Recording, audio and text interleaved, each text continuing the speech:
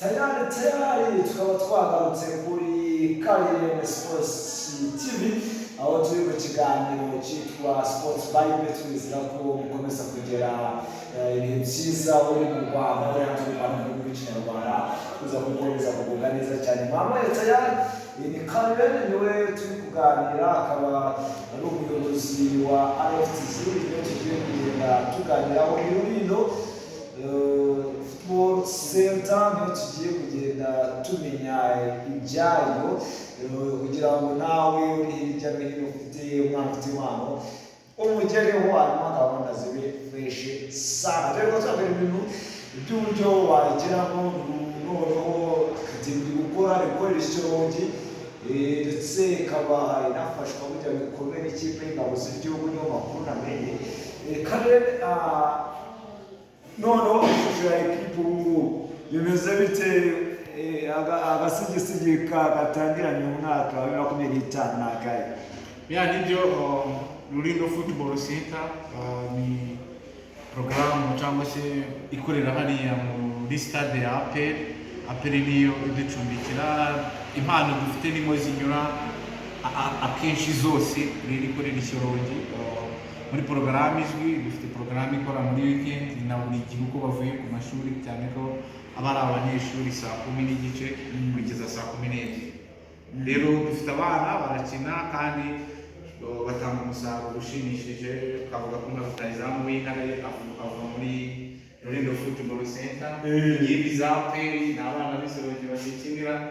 Twatanze ba Fred Muhozi nibo mfura za akademi yacu. So ni centre ikomeye cyane kandi mu by'ukuri ikorera n'ahantu heza, ntabwo ari ikintu wapfa kuzinduka uvuga oya gukorera muri stade ya APR nabyo ni iby'agaciro gakomeye cyane.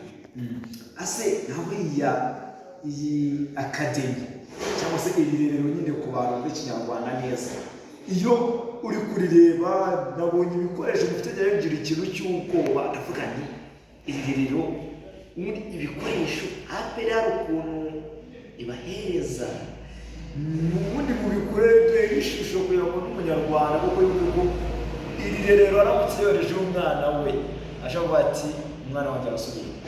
Nibyo buriya no gufata umwana akajya gutorezwa ahantu heza n'iby'agaciro. Rulindo Football Center rero icyambere abana bayigiramo umupira w'amaguru, icyambere nuko baba ari safe security.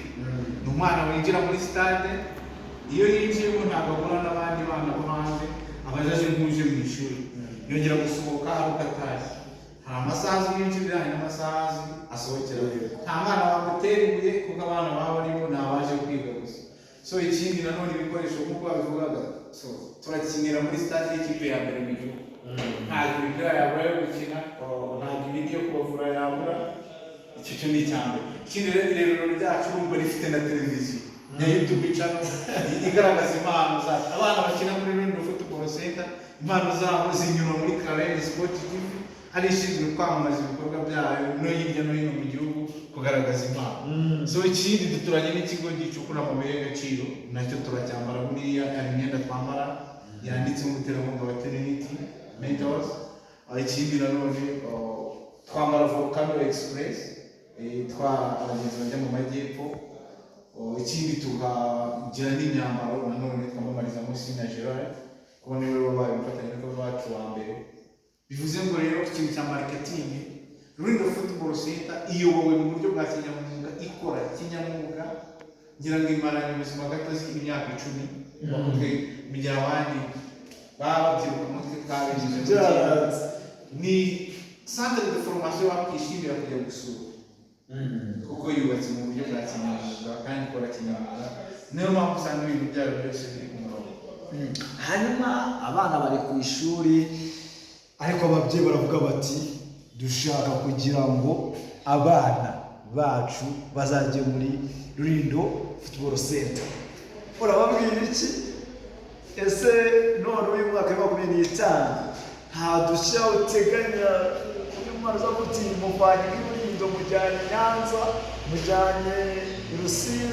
Nta dushya biroroshye cyane. Igihe washimye ku mwana wawe yapasirije ibiruhuko iwacu kandi utuye kure nk'uko iterambere ry'igihugu cyacu ririmo ikihuta kandi bigaragara amacumbi nayo aba ahari wumva uri kapabure yo kwishyurira umwana ibyumweru bibiri akaza nko muri vakansi muri porogaramu yacu uraza tukagufasha tukakwereka ahantu azaba uburyo azaryamo uburyo azaryamamo nabwo bwizewe kuko turi igihugu cy'iterambere rero ibyo ntabwo ari serivisi yaba igoranye cyane upfa kumva wowe ufite ubushobozi zatuma umwana wawe aza kwifatanya n'abandi bana muri kampu mu bihugu.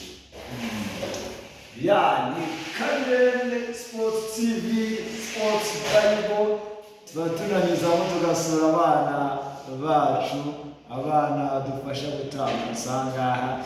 Rero ryitwa Rulindo Sports Center, rikorera i Shyorongi, nyamuneka mwumvishe aho ritaha.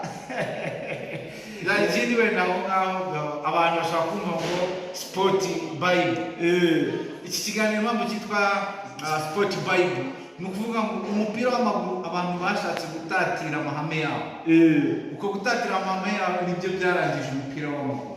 Uyu munsi rero twashyizeho ikiganiro Sport TV Bible kugira ngo kize kibereke ko siporo yubakwa, siporo iyoborwa, siporo ikurikiranwa kugira ngo ibashe gutanga umusaruro.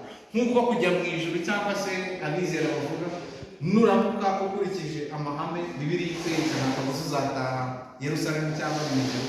Ni nako na siporo nayo ntukurikiza amahame yawe uko yubatse igomba gukorwa ariko uzagera ku musaruro. Ariko nujya kure y'amahame yawe nta bisubizo uteze kuzabona. Twaje turi ibisubizo ubwo twaje turi ibisubizo katwizere ko yawe ukanda subscribe kugira ngo utazacikwa n'ibigahita kugira nuramuka ucitswe nta juru uzabona umwana w'Umunyarwanda.